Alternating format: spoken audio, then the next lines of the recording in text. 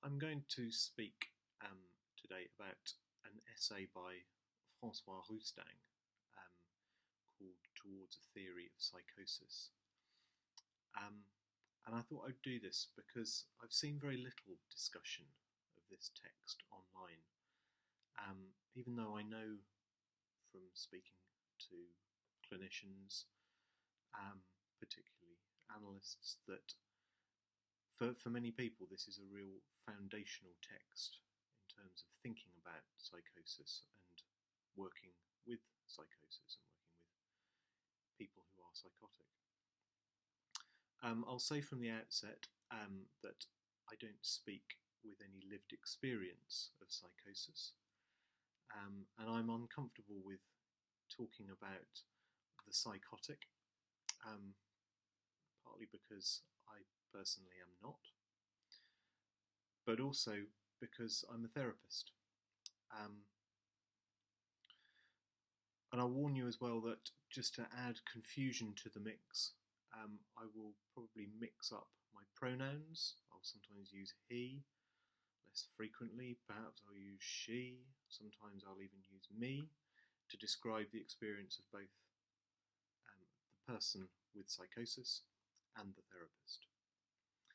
I said one of the reasons I'm uncomfortable with that, using phrases like the psychotic, speaking from a therapist point of view, is because I've heard from patients that I've worked with how distressing and how humiliating it is to feel like one is the object of scrutiny, feel like one is under the microscope and being examined by doctors or social workers or therapists or other such well-intentioned people. So I hope what I'm going to say doesn't put the psychotic subject under the microscope in this way, but I must accept that perhaps it does do that, and I must also consider whether or not this is accidental, because after all, it's often said that therapists become interested in psychosis partly to ward off a fear that perhaps they too are mad. The experience I get from reading this essay by Roustang, it's not really an essay, it's a chapter, really, rather than an essay. But the experience I get from reading it is an experience of almost being blinded by the sun. The essay it's the last chapter in his book about discipleship. In fact, I shall see if I can find it. So it's this book called Dire Mastery. So it's the last chapter in this book about discipleship. And Roustang hints that there is something in the nature of being a disciple which is, in its structure, psychotic. Now we have a kind of common formula, a well-known formula, that the paranoid subject, is the sort of prototype for the figure of the master. The master, the messianic figure, the guru, sort of Charles Manson type figure, with his hysterical followers and disciples of both sexes. But that's not what Roustang is saying here. He is drawing our attention to the psychotic structure within the disciple and within discipleship itself.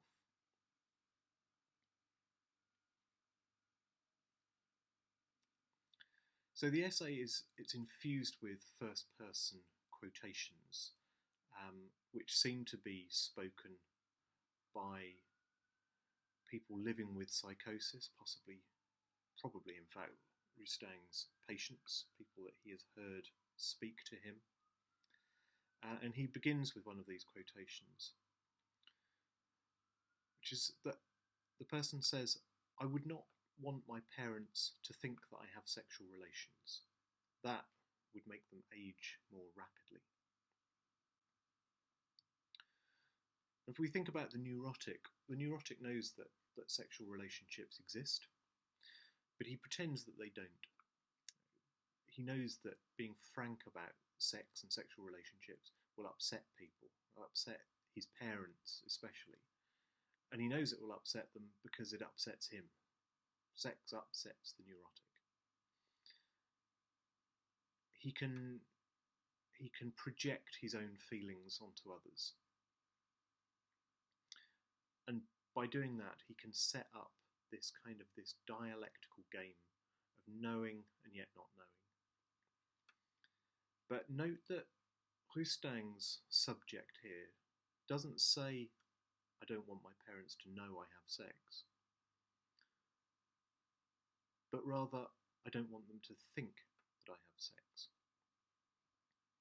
We have a sense here that sexual relations are unthinkable for this person. To think about sexual relations would be disastrous. So this is our first idea, that in some way the psychotic subject cannot think. Now, of course, in one sense, the psychotic thinks. He or she thinks all the time. But it's never quite he who is doing the thinking. And Roustang says, the psychotic does not think, still less does he think of himself. He is produced by thought. So we have here the sense that the psychotic is an object, a product of thought. It's robbed of any necessary agency to do any thinking for himself. It's different with the neurotic. The neurotic pretends that the thought doesn't exist. And of course, we might put this more technically by saying that he represses the thought. He disinvests libido from the thought, so that this libido can become detached from this thought and can attach itself onto some other thought. This is repression. But the psychotic can't pretend in this way. The psychotic must do something different with thought. This is a thought which, to the listener, seems to be his thought, but in some way is not quite his. And to see what he does, instead of pretending, we must see what has happened to the psychotic subject himself as an entity. Roustang says that his very being has been expropriated, it's been taken away from him by someone else for their own use. So his being is no longer his. And so, says Roustang, all the thoughts that are properly his own, those that are linked to his perceptions and his memories, will bear the stamp of unreality, because there is no subject to which they could be attributed. And Roustang describes this fate with great poignancy and great precision as well. He says, if something happens to him, if something happens to the psychotic subject, he is the theatre in which it happens, but he is not the actor. So if my being is taken from me, it's scooped out from me, then I become hollowed out. I become an empty vessel, which is there just to be used for the other's benefit and the other's enjoyment. And that hollow soon becomes filled with new thoughts and new ideas, new words. Not my ideas or words, but those of the other. And if we think about the child, it'll be the thoughts and ideas and words of the mother or the father or the caregiver which fill in this hollow. Roustang says the mother or father speaks in place of and in the name of the child. The mother has no need to hear the child speak in order to know what it thinks, for it thinks only what she is implanted in it. So, to use a kind of a Bion phrase or word, the psychotic child, and later the psychotic adult, is a container, reflexively waiting to be filled. this child that we can think of is stripped of herself by her parents. She's used as a canvas for their desires.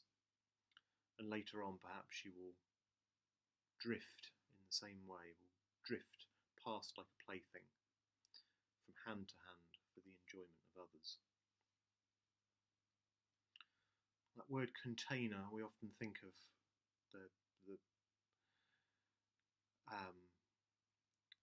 think of the home and the house as a metaphor for that container, or perhaps it's the container is the metaphor for the home. And one of the quotes that Roustang uses from a psychotic person that he has heard from, this person says, "My father lived in me and then he went away." Lived, in the way one says that a house is abandoned or lived in.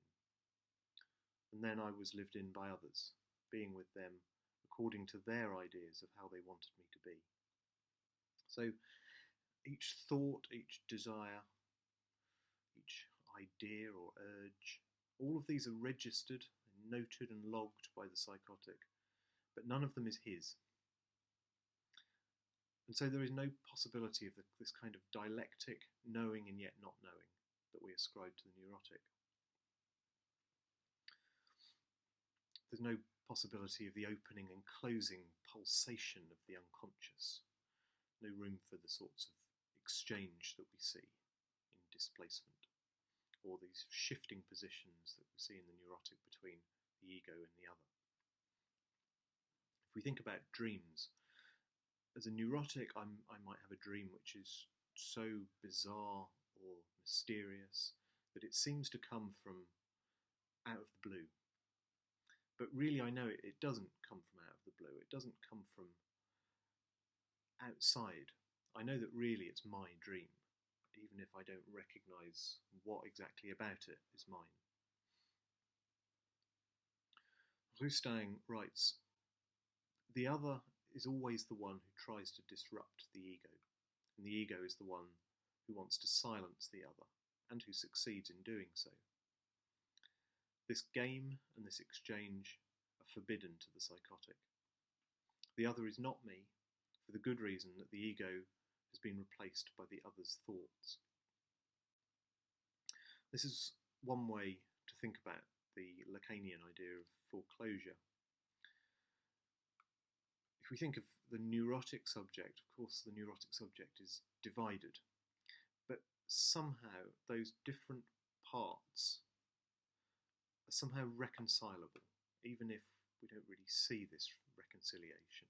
Somehow they reconcile and fit together well enough for us to have some sense of unity, albeit that that's a very illusory, very imaginary sense of unity. But somehow, however divided we are, there's still a me there. For the neurotic, that is. But for the psychotic's enigmatic thoughts, they're just not recognisable. It's not just that they're unrecognisable or unconscious, they're kind of radically cut off and severed. And that there is no psychotic unconscious. There's no unconscious for the psychotic subject. There's just what Roustang describes as an egoless consciousness.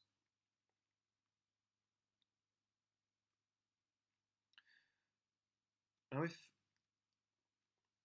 there's no exchange, if there's no ego and other, there's also no possibility of the pair, of the two. 1 + 1 equals not 2, but 1. It's either me or you. And what does this mean? It means that when I encounter you, one of us must disappear. We cannot exist, the two of us, in a dialogue or a dialectic. As Roustang says, for me, there is only another, to such an extent that the me disappears, because I must give the other the me he does not have, and that he can never have, except in the delirium through which he forms me into his me, his other.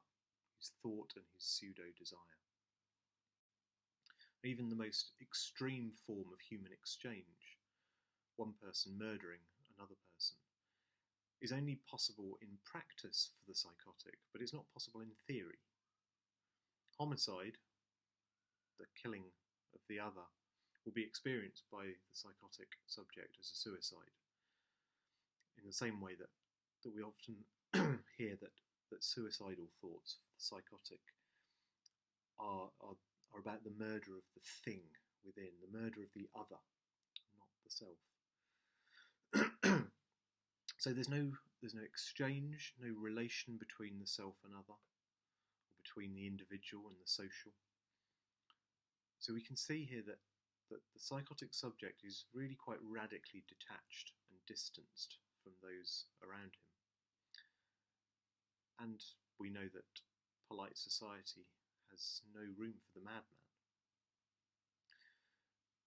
Now there is a kind of upside to this, which is that the psychotic has no need to please polite society. He doesn't need to waste his time playing the game of pleasantries, doesn't need to pretend to agree with others, doesn't need to compromise. He can pursue his truth unimpeded. But this pursuit has a terrible downside to it. And to recognise this downside, we must see that the truth can only be accessed through the filter of fiction. And Roustang writes about the psychotic's kind of doomed lucidity, doomed clarity, quite beautifully. He writes, "The psychotic for whom the veil of appearances hangs in shreds can no longer perceive reality and its alleged appearances, or else sees them only through a mist, across an insuperable distance. Strange as it seems, reality is seen clearly and distinctly only through constructions and fictions. Without this filter, reality is like the sun, or like death. One cannot fix one's gaze on it." So when neurotics yearn for the purity of truth, as they often do, they will usually find that once they approach it, they recoil in horror. And we'll come back to this idea, this romanticism, I think, that as neurotics we put on the idea of a kind of pure truth. We'll come back to that a bit later. Well, let's ask another question. What is the relationship with the body in psychosis? And that question itself is a very neurotic. I think I've asked that in a very neurotic way, because it implies that I have a body, but that my body is not quite me. There's some sort of division between me and my body. But at least it is a body that I have. And it's a body that I tell myself I have some control over. But to invoke Roustang's word expropriation again, for the psychotic, the body has also been expropriated. It belongs to the other. Roustang wonders if the psychotic's tendency not to feel physical illness is a sign that he has got insufficient mastery over his body to be able to speak in symptoms. I don't think that's my experience of working with and speaking with and listening to psychotic subjects. I think the feeling of physical illness and sort of psychosomatic symptoms are very much present. I think in that way, the psychotic's body certainly speaks, or it certainly makes itself known. But if we return to that very bold statement, the body belongs to the other. It's been expropriated and it belongs to the other. That suggests that everything that happens to, or happens within the body, happens for the benefit of the other. It's all the body is an object for the other's enjoyment, for the other's pleasure.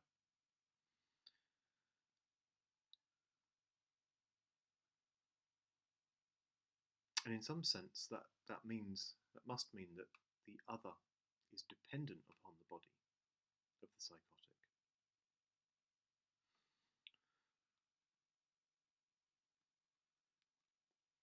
What does all of this mean when a psychotic subject seeks out psychotherapy, counselling, psychoanalysis, some kind of talking therapy? In other words, what does this non-dialectic relation with the other mean for the transference? If we think about transference as we usually understand it, it's a word that describes the way in which the subject uses objects to realise unconscious wishes. In psychoanalysis, it's the terrain on which the analysis unfolds. Without the unconscious, there can be no transference, and without the transference, there can be no analysis. That's the classical theory. Now, certainly, as with the neurotic, the psychotic is looking for a way in which he can use the therapist. He might, just as the neurotic might demand that the therapist becomes a mother figure or a father figure.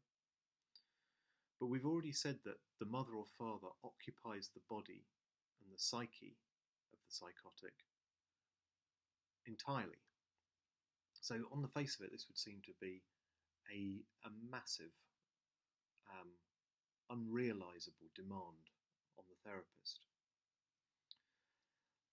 Or alternatively, the psychotic might ask the therapist for absolutely nothing, either because there's no point in asking for anything, or because he knows he must protect himself from the therapist, must protect himself from the other. So there is this kind of all or nothing demand, and this is confusing and overwhelming. It's a confusing and overwhelming transference that may well leave the therapist feeling as fragmented and as scared as the patient does. But even the most meagre of transferences doesn't mean that the patient isn't using or cannot use the therapist.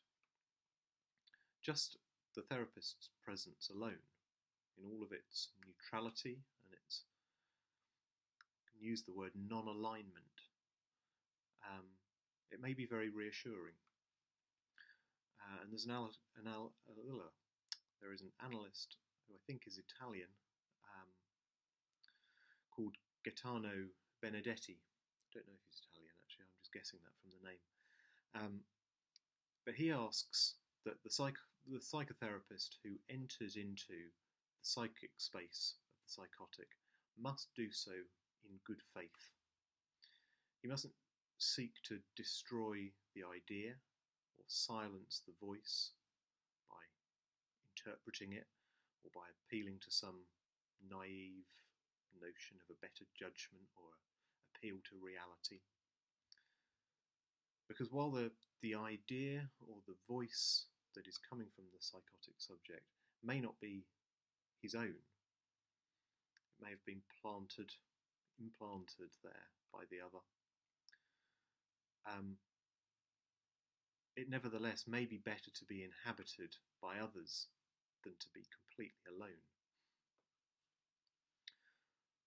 So the therapist may, probably will, almost certainly will in my experience, feel quite trapped by this. There's a feeling that I can't do the job. I can't do the job that I was trained to do. Even if the person opposite me seeks a mother or a father figure, I'm going to be extremely wary of offering this, because for the psychotic there's no Oedipal structure that's been constructed into which that mother figure or father figure can fit. So if I was to be a mother or father figure, that would be completely unprecedented for the psychotic subject. and it may well drive them mad. But on the other hand, I can't walk away. I can't abandon this person to the void. So what can the therapist do? And this is perhaps Roustang's main contribution. He says that for an analysis or a therapy to be successful, the therapist and the patient must effectively swap places. So whereas for the neurotic, it's the analyst who must be the opaque and enigmatic other, this other who gives nothing away. For the psychotic subject, it is he, the psychotic, who must occupy that place of the foreclosed other. And ironically, this is so that he can give everything away.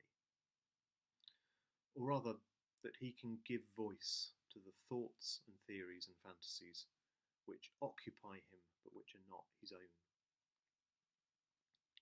And the therapist must be able to withstand this, what might feel like a barrage of madness.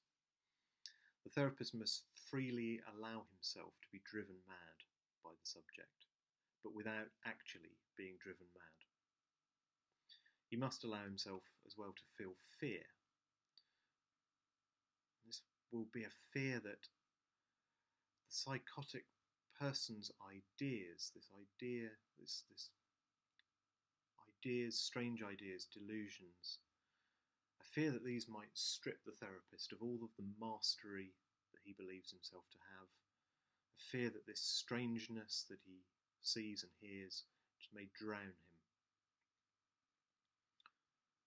He must face this strangeness and enter it, as Benedetti says, enter it in good faith, accept it, but without reinforcing it, or conversely, without effacing it.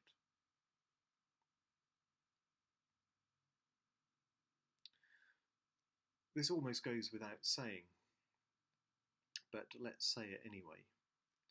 The analyst can never be the subject supposed to know.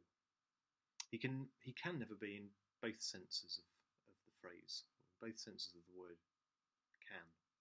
On the one hand, it's essential that he doesn't try to occupy that position of the one that knows, because the psychotic is very well aware that the one who knows is the one who steals. And on the other hand, he can't be the subject supposed to know, because by definition it's impossible. For the idea of the subject supposed to know is only possible because the neurotic puts the analyst in that position. It's the neurotic, really, who knows. He just doesn't know that he knows. But the psychotic can't place the analyst in this position of the one who knows, because he truly doesn't know, because his thoughts are not his own. So using the transference in the classical way is really off limits. And the other kind of staple of analysis, interpretation, is off limits as well. And here it's worth taking a detour, I think, by recalling Lacan's distinction between the statement and the enunciation.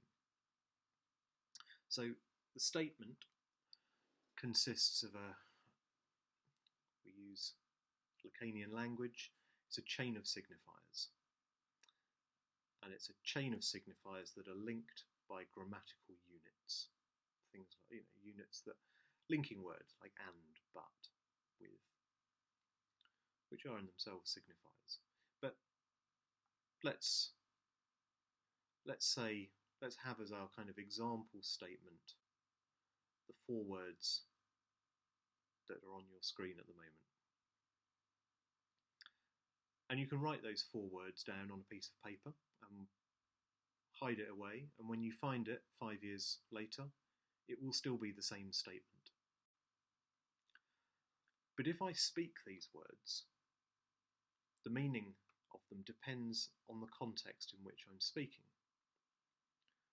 So if you've just asked me if I would care to give you all of my worldly possessions, the "I don't think so" has an entirely different meaning to if you just asked me if I thought that a terminally ill relative is likely to make it to Christmas. In both cases, I'm saying something more than just those words that were up on the screen. By saying, "I don't think so," in the first case, I'm disarming you with my sarcasm, "I don't think so," or I'm offering my sympathy and solidarity.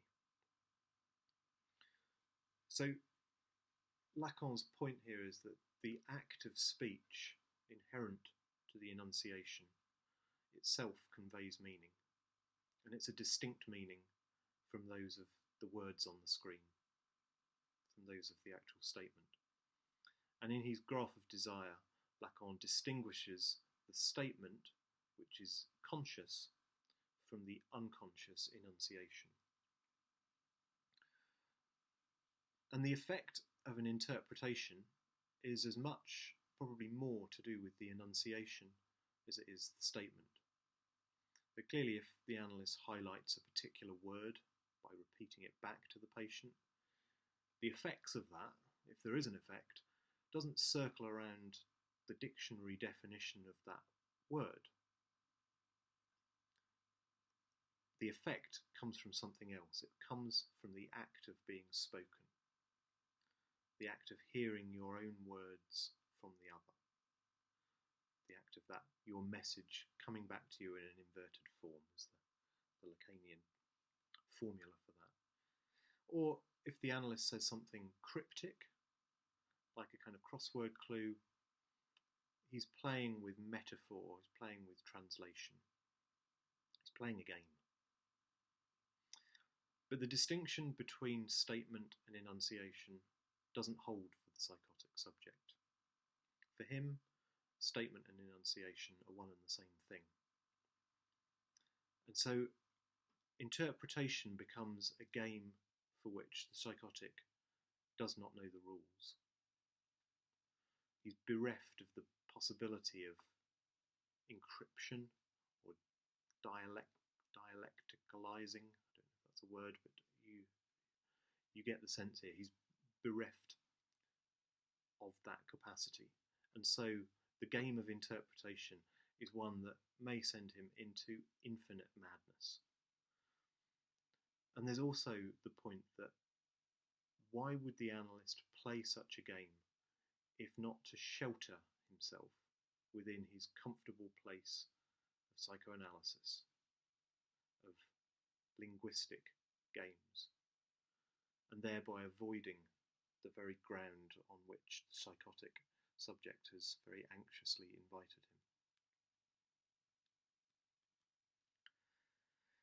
So let's return to that question. When working with a psychotic subject, what is the therapist or the analyst's job? It's not, Roustang says, to be sidetracked by the patient's demand for love, not even to be sidetracked by his demand to be understood. The job of the therapist, he says, is to listen to the psychotic subject's cry. The cry that is only just barely his, that may feel like it is someone else's, but is nevertheless his truth, his absolute truth, unadorned by any illusions.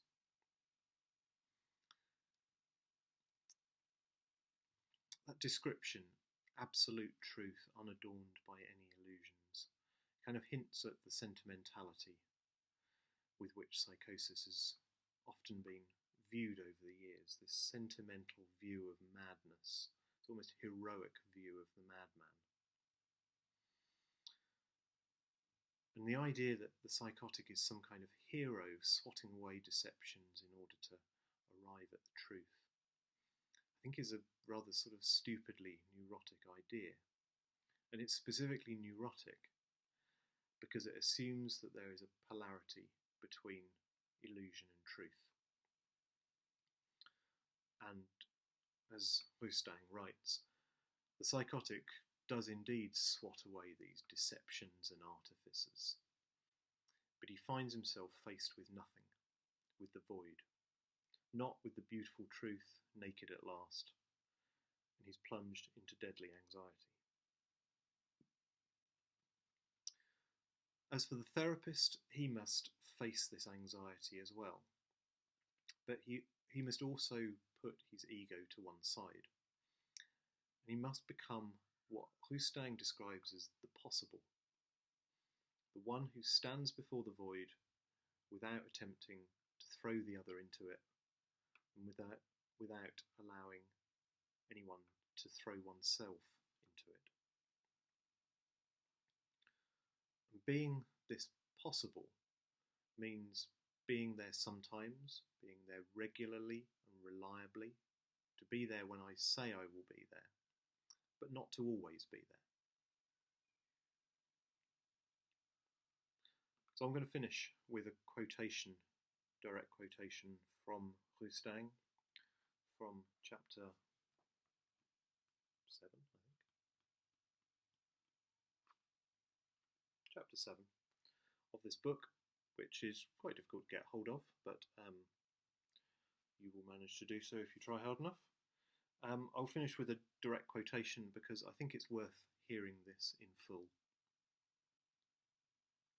The psychotic is a stranger even to himself, because the other wants to continue to protect himself from the same strangeness. If there can be analysis of a psychotic, it is because the psychoanalyst knows that he himself is also a stranger, and strange. Two strangers meeting in a strange land. For the stranger who is the psychotic, the strange psychoanalyst becomes the possible, because he does not reject the other as a stranger, and does not seek simply, or in any way whatsoever, to reintegrate him into the world of neurotic, normal beings.